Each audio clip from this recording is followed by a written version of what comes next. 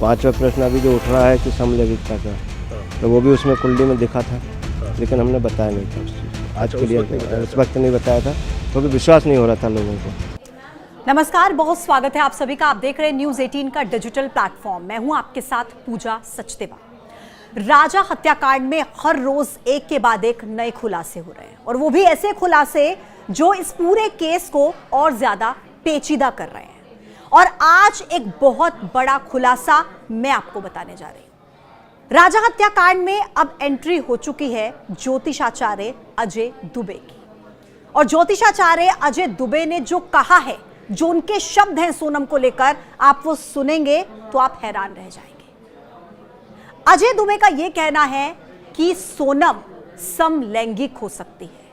राजा की हत्या के पीछे सोनम के अलावा एक और महिला का हाथ हो सकता है, और वो महिला सोनम की दोस्त हो सकती है, और सोनम समलैंगिक हो सकती है, होमोसेक्सुअल हो सकती है, यानी कि सोनम के किसी लड़की के साथ संबंध हो सकते हैं। यह बहुत बड़ा दावा ज्योतिषाचार्य अजय दुबे ने किया है।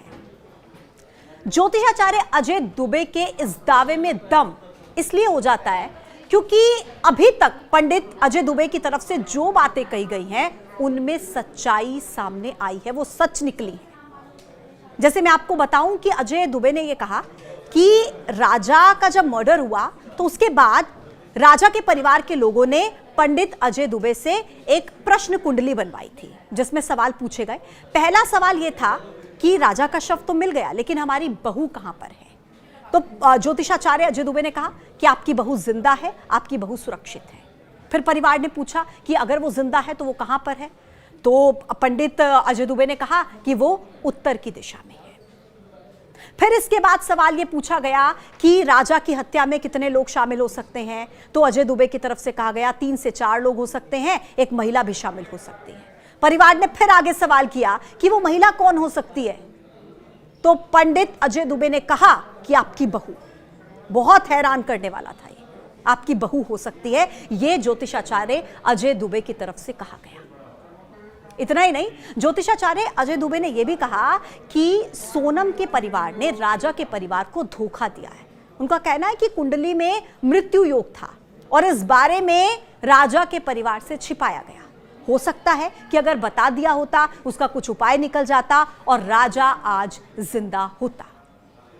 इसके बाद ज्योतिषाचार्य अजय दुबे की तरफ से दावा यह भी किया गया कि राजा की हत्या के पीछे एक और महिला का हाथ हो सकता है, और वो महिला सोनम की सहेली हो सकती है, जिसके साथ सोनम के संबंध हो सकते हैं। मैं फिर से दोहरा दूं कि सोनम समलैंगिक हो सकती है। यह दावा ज्योतिषाचार्य अजय दुबे ने किया है। न्यूज़ 18 के संवाददाता ने उनसे फिर से एक बार यह पूछा, कंफर्म करने के लिए कि क्या आप समलैंगिक कह रहे हैं, क्या आप ठीक कह रहे हैं। उन्होंने फिर से दोहराया कि हां, ऐसा हो सकता है, जो कि बहुत बड़ा दावा है। अब देखिए, आपके मन में यह सवाल होगा कि सोनम की यह सहेली कौन हो सकती है।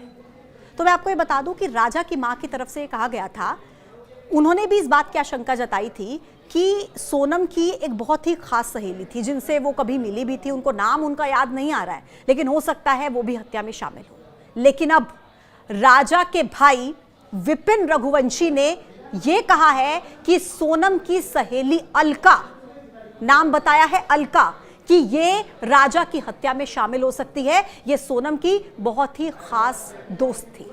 हालांकि अभी ऑफिशियल तौर पर पुलिस की तरफ से कुछ भी ऐसी पुष्टि नहीं की गई है। मैं फिर से दोहरा रही हूं, कुछ नहीं कहा गया पुलिस की तरफ से। लेकिन जो राजा के भाई हैं विपिन, वो ये कह रहे हैं कि सोनम की फ्रेंड अलका राजा की हत्या के पीछे हो सकती है।